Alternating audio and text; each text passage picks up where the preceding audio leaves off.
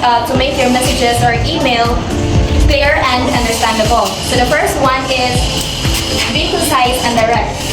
So keeping your emails brief and relevant is very important.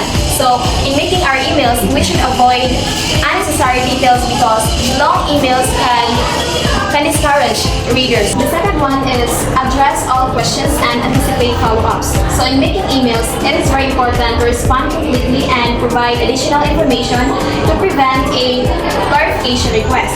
This demonstrates efficiency and foresight. The fourth one is maintain correct spelling, grammar, and punctuation. So in making email or before submitting an email, it is very important that we have to proofread it for accuracy. It's because errors can reflect poorly on professionalism and it may alter on messages meaning. The fourth one is use proper formatting and spacing.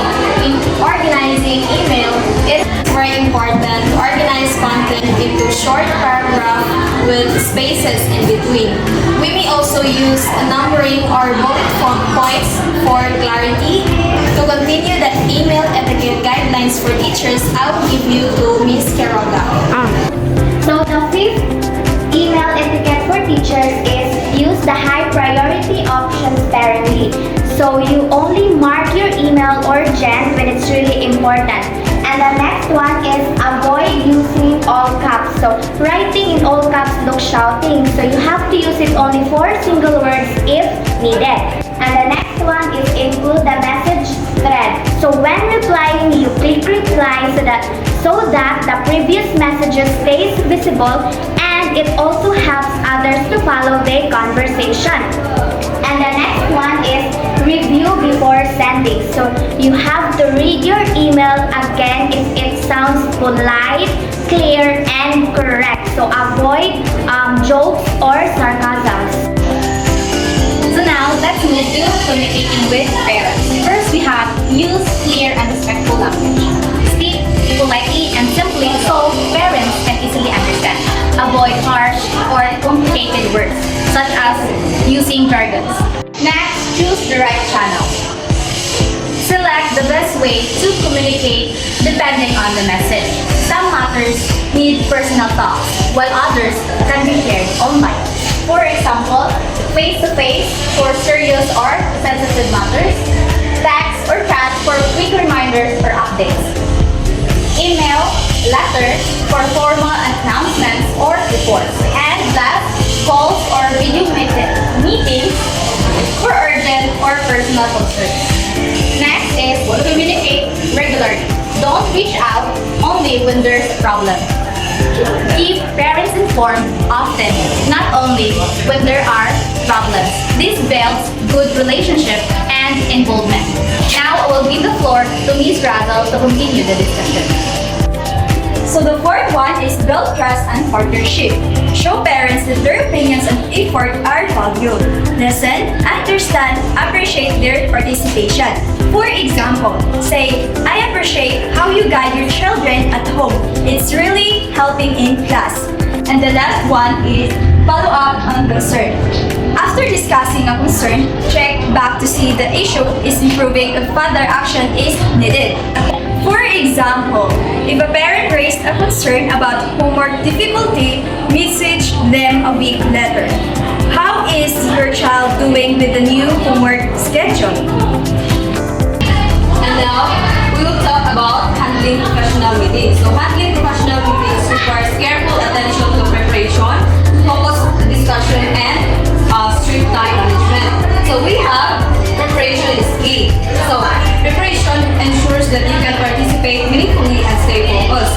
Reviewing the agenda and gathering necessary materials ahead of time helps you anticipate discussion points and contribute informed insights. So the second one is punctuality. So being punctual shows professionalism and respect. Arriving on time and ready to begin helps the meeting start smoothly and stay within schedule. So for example, the teacher is seated by 3:40 p.m. for the 3:45 p.m. meeting and suggests that sticking to the 10-minute limit testing for the discussion. And the third one is stay on topic. Staying on topic keeps the meeting efficient. Contribute only what is relevant to the agenda to avoid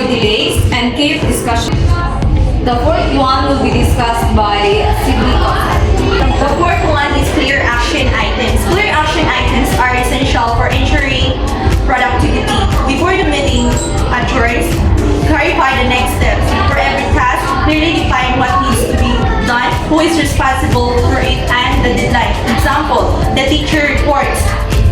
Action item is Sarah researches method A by October 25. Mark draft survey by next Monday. And the last one is respectful dialogue. Respectful dialogue is crucial for an inclusive environment and better decision making. Listen actively to others and be prepared to respectfully challenge ideas or data but never the person. This encourages free sharing of perspective, leading to a broader range of ideas and more robust discussion. Now, I will be discussing the fourth infographic titled Digital Communication Toolkit for Teachers. So in this infographic, we provided 9 different digital communication tools and we categorized them based on their uses. So the first category is LMS. So LMS is a software application that is used to deliver, create, and track educational courses. First digital tool is Google Classroom. So it is a free, user-friendly LMS which often integrated with Google Workspace. So this is excellent for file sharing, assignment submission, and easy feedback. One is Moodle. It is a highly customizable open source LMS often used by colleges and larger institutions. So it allows educators and administrators to deliver online courses, create engaging learning materials, administer assignments, track students' progress, and facilitate communication. And the third digital tool is Canva. While primarily a design tool, it is used within LMS for communication and material creation. So it helps educators create visually engaging announcements, infographics, or slides. Second category would be instant or synchronous tools. Facilitate real-time interaction. Tools like Google Meet, Zoom, and Microsoft Teams are for visual meetings, for professional development, parent-teacher conferences, and live classroom discussions or instructions or webinar. Example, like what we did last meeting, due to asynchronous class, we use Google Meet to have an online discussion. For best practices, first to consider is mute protocol. Enforcing mute upon entry and when someone is talking to eliminate background noise. Second is camera policy. It is very important to open camera while having an online meeting for both professional meetings and student-teacher meetings to facilitate engagement and non-verbal cues. Third is chat box use. Chat box should be used for questions only. That will be